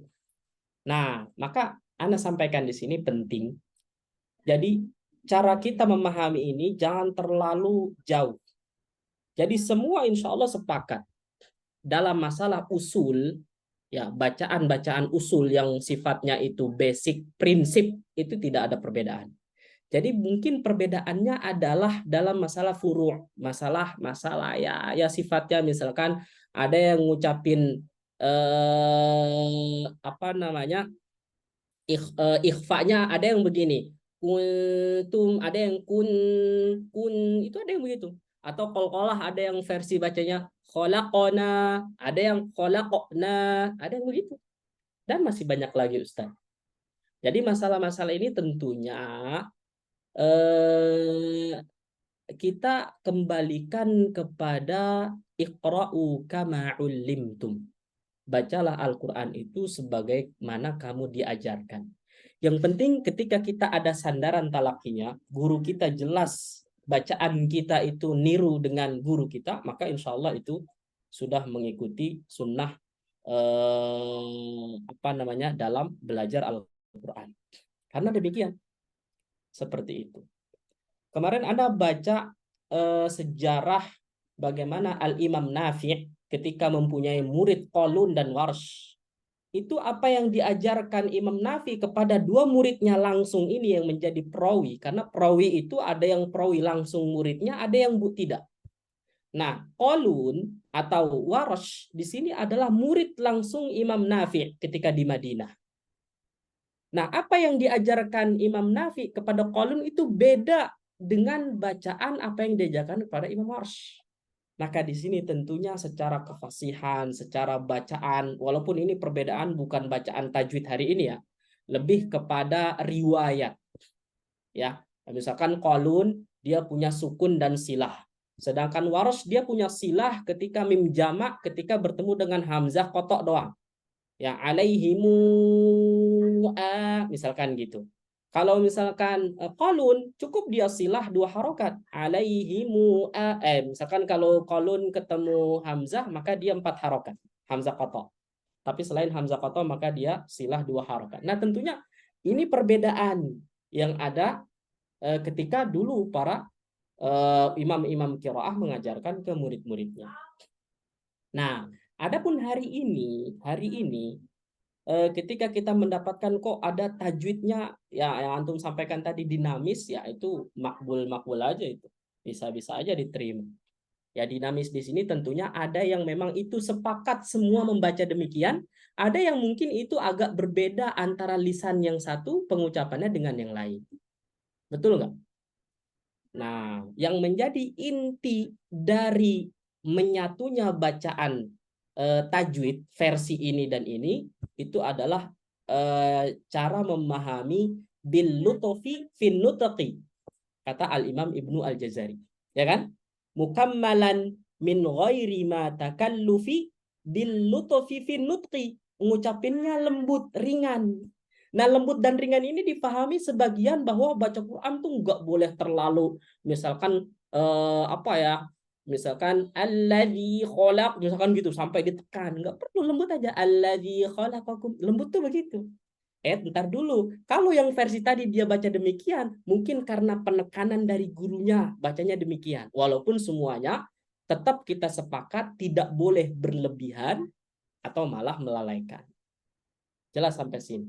Jadi, ya, Ana juga tidak setuju dengan bacaan tajwid sebagian para pembaca Al-Quran itu masih kaku. Di antaranya adalah mungkin penekanan yang terlalu berlebihan, atau mungkin huruf yang ngeden bacanya kayak sod misalkan, wa amiruso misalkan gitu. Ya, atau huruf-huruf itbaq yang lain. Ya enggak? Jadi yang demikian itu maka bil lutfi fin nutqi di sini tentunya kembali kepada apa yang kita pelajari dari guru kita. Itu insya Allah sudah menjadikan bacaan kita itu ada sandaran talakinya. Berbeda kalau orang belajar dia kesimpulan sendiri. Oh, baca Quran nggak usah begitu-begitu amat. Baca Quran biasa aja kok. Dia belajar dari YouTube. Maka selama dia belajar dari YouTube, maka dia akan punya kesimpulan sendiri, dan ini bukan sunnah dalam belajar Quran. Nah, terus bagaimana? Maka kalau kita ingin belajar Al-Quran, membaca Al-Quran, maka sunnahnya adalah kita punya guru yang bisa kita bacakan bacaan kita untuk didengarkan oleh guru. Nanti guru tersebutlah yang akan menilai bacaan kita, oh cukup, bacaan kita kurang. Nah, minimal itulah yang dilakukan para sahabat. Dan dilakukan oleh para ulama-ulama, imam qiraah, bahkan para ulama terdahulu. Kita tahu bahwa Qalun itu belajar kepada Imam Nafi', itu udah hatam baca lagi, sampai dalam sejarahnya, biografinya yang ditulis oleh Syekh Abdul Fattah Al-Qadi dalam Tarikhul Qurra Asyra, itu tarikh 10 imam qiraat, Imam Qalun atau Qalun ya, itu membaca kepada Imam Nafi selama 20 tahun. Yang mana 20 tahun ini kita tahu beliau itu hatamnya udah berapa kali. Bayangkan 20 tahun loh. Sampai Imam Nafi ketika Qalun kok nggak pernah selesai bacanya, masih terus ngulang-ngulang terus, udah hatam baca lagi. Sampai ya udah, Qalun kamu coba duduk di ustuwanah. Ustuwanah itu bahasa apa ya, kalau kita di Mekah ya, di Madinah maaf, di Madinah itu di tiang-tiang yang dekat apa namanya, pokoknya tiang-tiangnya itu ada tulisan ustuwanah. Jadi ustuwanah itu adalah istilah yang digunakan di zaman Nabi ya, apa namanya, untuk menamakan tiang-tiang. Ada tiang Aisyah, ustuwanah, pakai istilah ustuwanah itu. Jadi Qalun disuruh duduk di tiang, dulu masih pelepah kurma atau apa gitu, wallahu a'lam, karena pada Khalifah Ma'mun itu udah nggak tahu ya sejarahnya apakah Masjid Nabawi itu ya udah nggak pakai pelepah kurma lagi lah, udah ada tiang lah gitu. Tapi kan tiangnya kita nggak tahu gitu. Nah, itu disuruh duduk untuk nanti kalau ada yang datang kepada Imam Nafi, suruh baca ke Qalun. Saking dia itu sebenarnya sudah mahir dan disuruh menjadi seorang muqri seperti itu. Nah, ini tazkiyah atau rekomendasi dari gurunya sendiri. Nah, jadi maksudnya adalah bahwa tidak boleh hari ini, ya mungkin kurang inilah, walaupun mungkin kalau ada yang nggak ada masalah. jangan sampai hari ini kita tidak mengikuti sunnah para ulama terdahulu ketika belajar Quran. Minimal bacaan kita itu kita setorkan, kita bacakan di hadapan guru. Makanya hari ini ada belajar tahsin, ya kan, hari ini ada hafalan Quran, hari ini ada pengambilan sanad, supaya apa? Bacaan itu berdasarkan riwayat tersambung. Ya, meskipun bervariasi cara bacanya, karena masing-masing orang itu ada utilawah, cara dia baca, pembawaannya itu juga beda-beda. Ada yang tipe belum nanti kepada tipe suaranya, ada tipe suaranya ngebas, ada tipe suaranya clear, ada melengking, ada yang wah itu macam-macam. Seperti itu. Wallahu a'lam bishawab, Ustaz. Jelas ya? Mudah-mudahan bisa menjawab pertanyaan antum Ustaz Fahri. Baik, Ustaz. Jazakallah. Barakallahu fikum. Nah, ada lagi yang lain? Hah? Ada lagi yang lain? Baik. Kita lanjut ya. Ini semuanya bisa menyimak dengan baik nggak? Hah? Sabar ya. Oke Ustaz, Alhamdulillah. Nah, sekarang hukum tajwid. Ya, hukum tajwid itu sebenarnya bisa dibaca aja ya. Hukum tajwid itu teori itu fardu kifayah, jelas. Kalau praktiknya, aplikasinya, penerapannya itu fardu ain ketika kita baca Quran. Nah, jadi kalau yang teorinya sudah jelas kayak begini nih, kita belajar teori.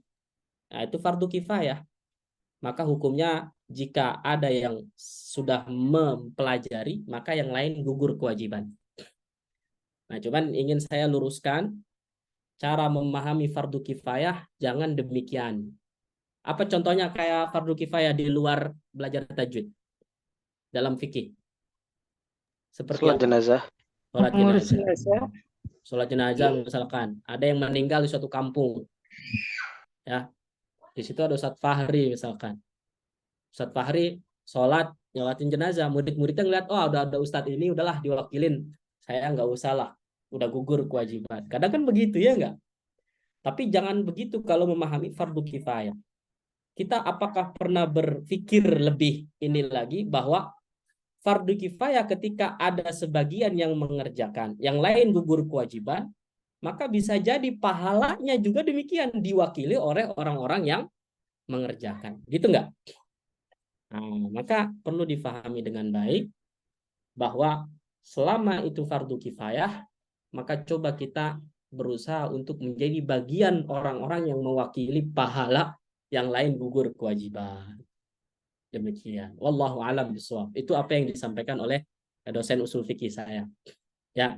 Kemudian kalau terkait masalah tajwid di sini, ya, tajwid di sini memang hari ini banyak orang yang kalau belajar Quran nggak perlu teori tajwid yang begitu jelas, begitu lengkap. Akhirnya cukup dengan bacaan langsung aplikatif. Nah, tentu di sini yang perlu difahami adalah ketika ada seorang yang belajar Quran, membaca Quran, tidak bisa sempurna bacaannya kecuali dia harus belajar tajwidnya dulu. Maka ingat, tadi praktek tajwid itu wajib, maka nanti hukumnya yang tadinya belajar tajwid itu teori fardu kifayah, ketarik hukumnya menjadi wajib. Ma la yatimul wajib illa bihi fahuwa wajib. Sesuatu yang kewajiban tidak sempurna kecuali dengannya, maka suatu tersebut hukumnya menjadi wajib juga. Ini jelas insya Allah. Ya, hari ini kalau misalkan masih ada yang belajar tajwid atau baca Quran harus belajar tajwid dulu, maka belajar tajwid ternyata hukumnya ketarik menjadi wajib. Nah, adapun praktiknya itu dibagi menjadi 3. Ini konsep yang disampaikan oleh Dr. Aiman. Ya, ada yang hukumnya wajib ain, ya, ada yang mengatakan tidak wajib, ada yang pertengahan. Nah, yang wajib ain ini tentunya jelas pendapat yang pertama. Ya, dalilnya jelas, ya kan? Itu bisa dibaca ya dari hadis, kemudian dari Al-Qur'an, dari sunnah, ya. Kemudian dari ijma, ya. Nah, kalau yang hukumnya tidak wajib, Ya, wa minhum man dhahaba ila adami wujubil iltizam bi ahkami tajwid inda qira'atil Qur'anil Karim muhtajjan bi anna fi dzalik harajan kabiran ala awamil muslimin. Ya, ada yang berpendapat bahwa hukum beriltizam dengan tajwid itu tidak wajib ketika membaca Al-Qur'an. Karena yang demikian itu akan menjadi beban bagi kaum muslimin yang awam. Maka di sini tentunya ada syarat, ya, ada syarat sebagaimana yang disampaikan oleh Al-Imam Ibnu Al-Jazari, ya, menjelaskan bahwa amma man kana la yutawi'uhu lisanuhu wa la yajidu man yahdihi ila shawab fa inna Allah la yukallifu nafsan illa wus'aha. Ini pernyataan Al-Imam Ibnu Al-Jazari, ya. Jadi ketika, ya, adapun orang yang mungkin dia tidak la yutawi'uhu lisanuhu, lidahnya itu sudah enggak piawai lagi, sudah uzur gitu. Wala yajidu man yahdihi ila shawab, tidak ada yang mengajarinya, menuntunnya untuk membaca Al-Qur'an dengan baik dan benar, bertajwid. Fa innallaha la yukallifu nafsan illa wus'aha. Nah, ini pendapat Imam Ibnu Al-Jazari. Jadi ya udah nggak apa-apa. Allah tidak membebankan hamba di luar kesanggupannya. Gitu. Nah, tapi ingat syaratnya tadi. Mungkin nggak kira-kira hari ini ada orang yang ingin belajar Al-Qur'an tetapi tidak ada yang mengajarinya. Nah, saya kira tidak ada hujah ini. Hampir sekarang program banyak, ada program online, offline, lembaga juga banyak. Jadi ini kembali kepada pribadi-pribadi pembelajar. Dia mau meluangkan waktu atau tidak. Dia mau belajar atau tidak. Ya. Jadi untuk masalah Al-Qur'an, ya. Nah, ini udah ada yang singgung. Ya. Jadi kalau misalkan syarat orang yang tidak wajib, ya, atau tidak wajibnya bagi orang mempraktekkan tajwid, kira-kira hari ini cocok atau tidak, ya, relevan atau tidak? Saya kira sulit karena sekarang akses lebih mudah untuk didapatkan, ya, gitu. Ya, bisa belajar dari rumah, bisa pergi atau menyamperi guru dan lain sebagainya, ya, walaupun itu sunnahnya begitu. Ya. Terus di sini pernyataan Imam Ibnu Al-Jazari, walihada ajma'a man na'lamuhu minal ulama. Ya, kita tahu, ya, walihada ajma'a man na'lamu, kita mengetahui para ulama yang sudah bersepakat, berkonsensus terkait annahu la tasihhu salatu qari'in khalfa ummi. Tidak sah salat seorang qari di belakang seorang ummi. Ummi itu maksudnya apa? Wa huwa man la yuhsinul qiraah, orang yang baca Qur'annya tidak baik. Nah, jadi sini tentunya realistis kalau misalkan kita diimami oleh seorang yang baca Qur'annya masih belum baik dan benar. Maka seorang qari yang jadi makmum di sini jelas pernyataan Imam Ibnu Al-Jazari, la tasihhu salatu qari'in. Enggak sah salatnya.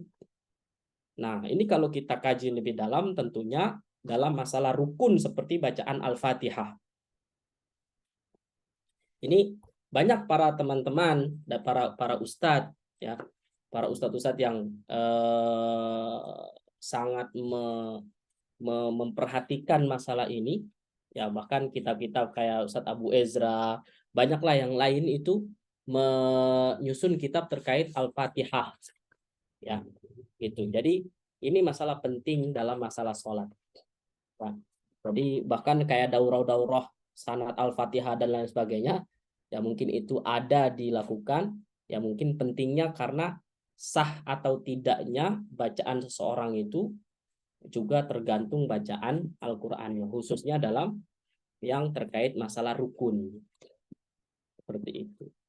Dan di sini misalkan kita lagi safar gitu. Laki-laki lagi safar di mana kalau misalkan kita tahu ada seorang yang mungkin kita aja gitu, yang bacaannya bagus, nggak usah malu-malu untuk maju misalkan.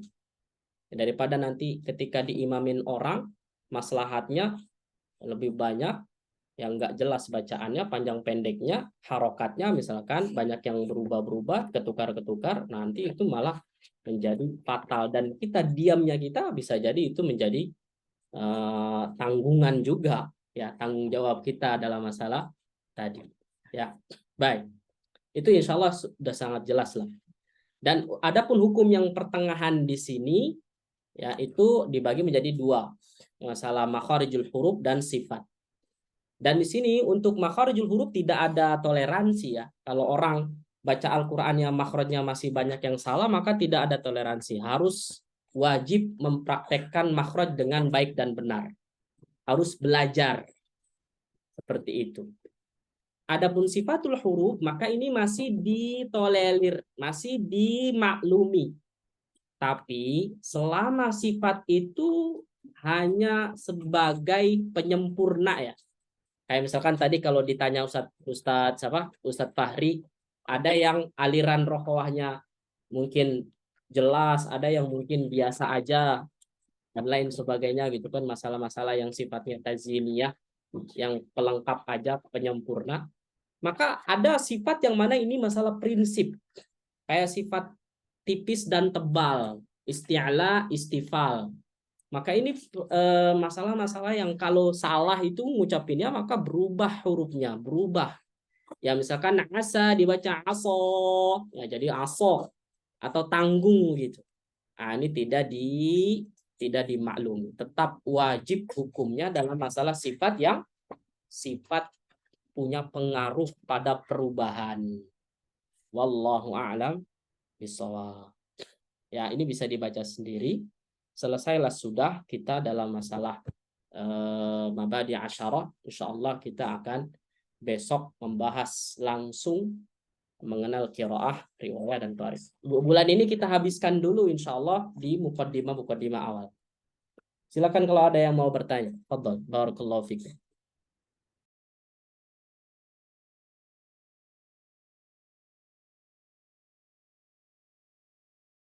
Ada pertanyaan? Kalau tidak pertanyaan, maka kita cukupkan sampai di sini. Insyaallah. Ada di chat, Ustaz. Ya, gimana? Di chat ya? Bentar ya.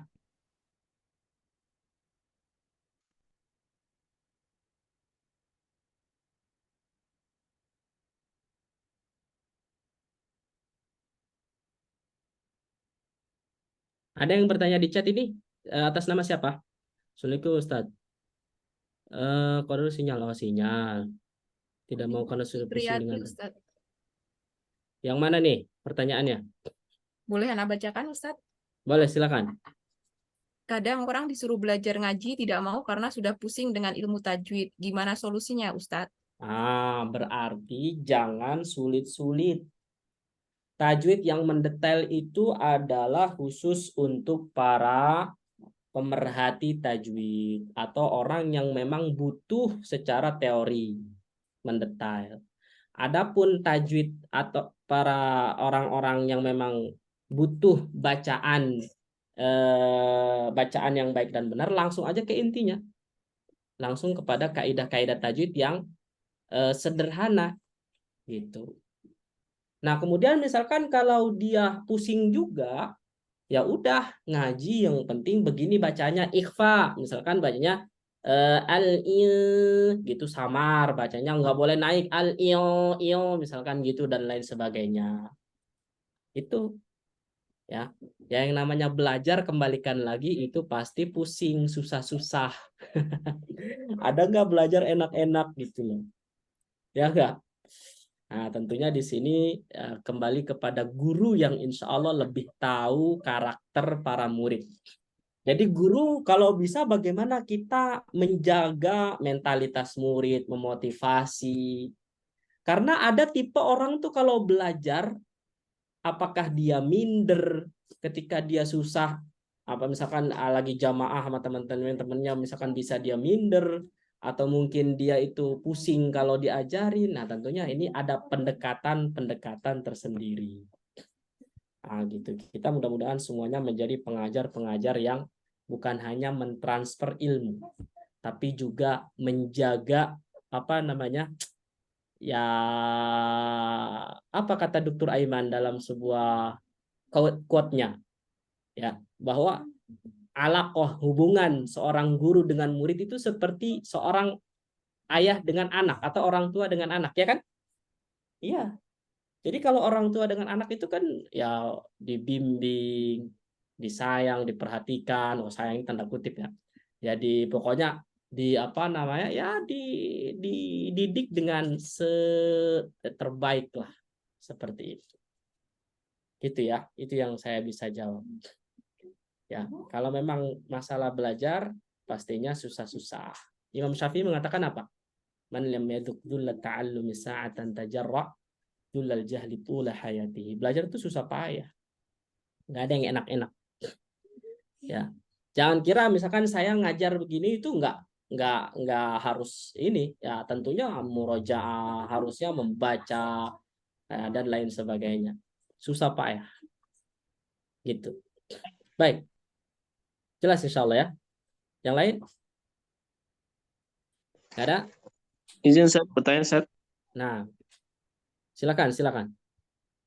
Ya, Afwan, terkait mungkin Ustaz bisa memberikan konklusi terkait, kita ketahui kan tajwid dengan keilmuan tajwid dengan fiqh itu kan adalah fun yang berbeda terkait keilmuannya kan. Dengan apa? Dengan fikih? Dengan fiqh.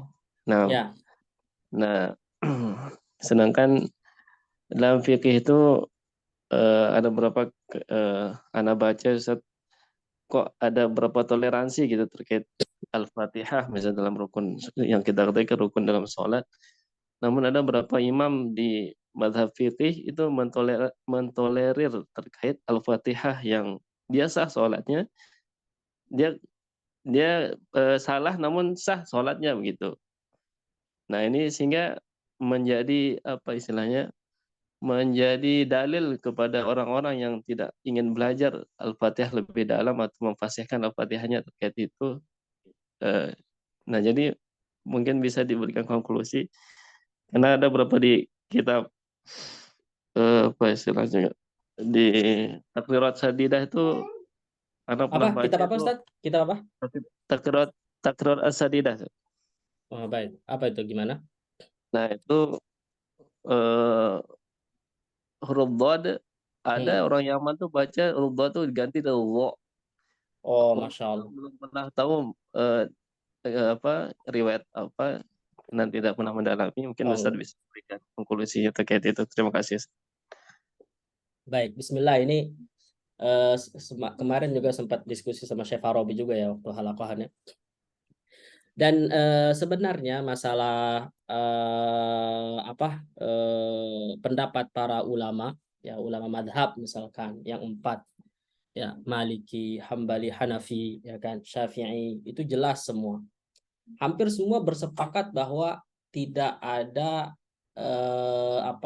pokoknya tidak sah sholat seseorang yang bacaan Al-Fatihahnya itu masuk ke dalam jatuh ke dalam lahan jali.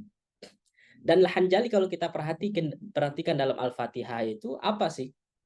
Ya, apa yang dicontohkan oleh para ulama, misalkan an'amta menjadi an'amtu. Itu walaupun ada maka batal. Tapi kita kira-kira ada nggak yang salah begitu? Ya ada, itu memang orang-orang yang misalkan pengucapan harokatnya nggak jelas. Tapi secara umum insya Allah jelas.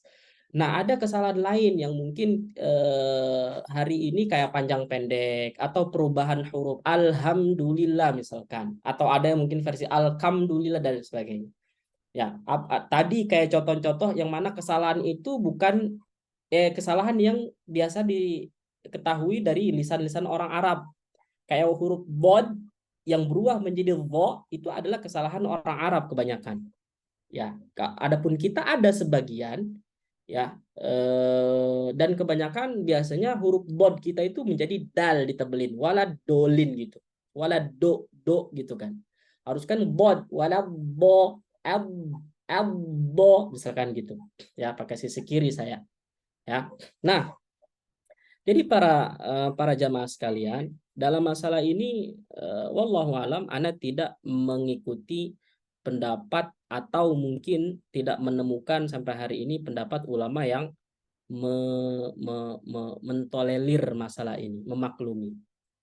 Jadi kesalahan-kesalahan yang sifatnya prinsip, panjang pendek dan lain sebagainya hurufnya, maka di sini kalau misalkan ada, maka itu minimal buat diri dia sendiri. Minimal tidak boleh jadi imam.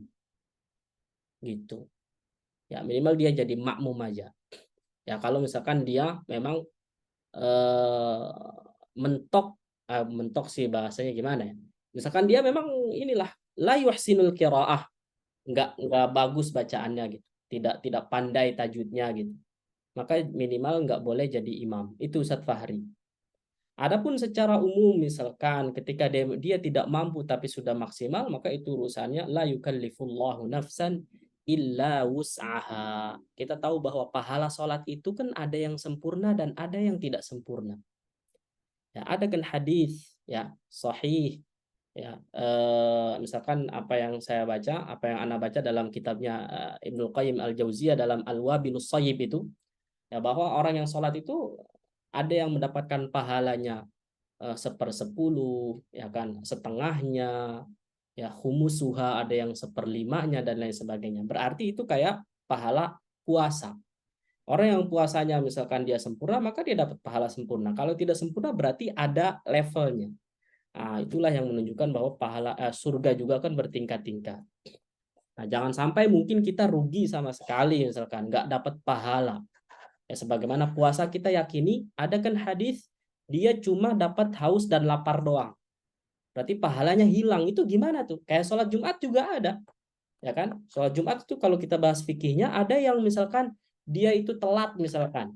Faqad adrakas shalah wala yudrikul jum'ah misalkan, ya kan, dia mendapatkan, dia sholatnya dapat tapi Jumatnya nggak dapat. Nah, berarti di sini ternyata ada apa ya, ada kualitas seperti itu. Wallahu a'lam bishawab, Ustaz Fahri.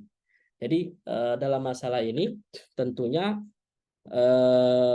masalah bacaan Al-Quran, kalau memang masalah bacaan Al-Fatihah itu yang menjadi rukun itu kita belum mampu dengan baik, maka harus menyadari belajar. Karena itu prinsip banget, dasar banget. Gitu Ustaz Fahri. Ingetin, yang wajib itu kan hanya bacaan Al-Fatihah. Karena Al-Fatihah itu rukun. Ya kan? Ma la yatimul wajib illa bihi fahuwa wajib. Sesuatu yang tidak sempurna kewajiban kecuali dengan sesuatu tersebut, maka hukumnya juga menjadi wajib. Kayak bacaan Al-Fatihah. Al-Fatihah itu rukun.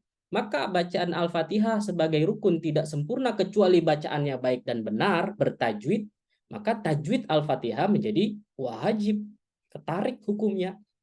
Nah, berarti kalau surat yang lain, misalkan bacaan yang lain, kayak surat-surat pendek, ala ma tayassara minal Qur'an, makanya itu tidak ada kewajiban, bukan rukun, bahkan sunnah.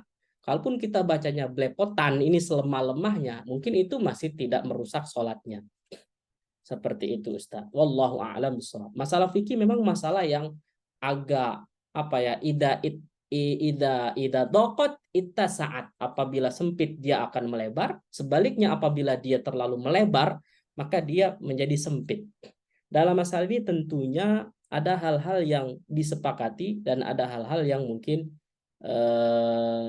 menjadi khilafiyah. Tapi masalah Al-Fatihah tidak didapatkan khilafiyah Ustaz. Wallahu a'lam bishawab. Ya. Seperti itu. Itu Ustaz Fahri. Dan Anda pribadi memakai pendapat yang masalah Al-Fatihah wajib, baik dan benar. Dan begini ya, juga jangan terlalu apa sih menjadi momok yang menyeramkan. Al-Fatihah itu kira-kira sulit dan mudah apa sulit?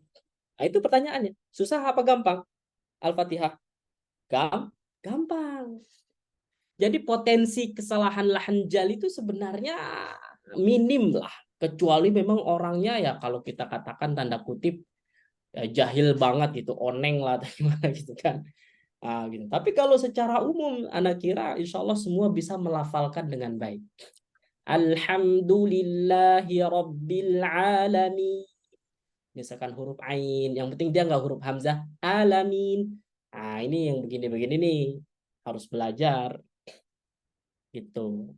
Ya, Allah alam bissawab. Ada lagi? Cukup?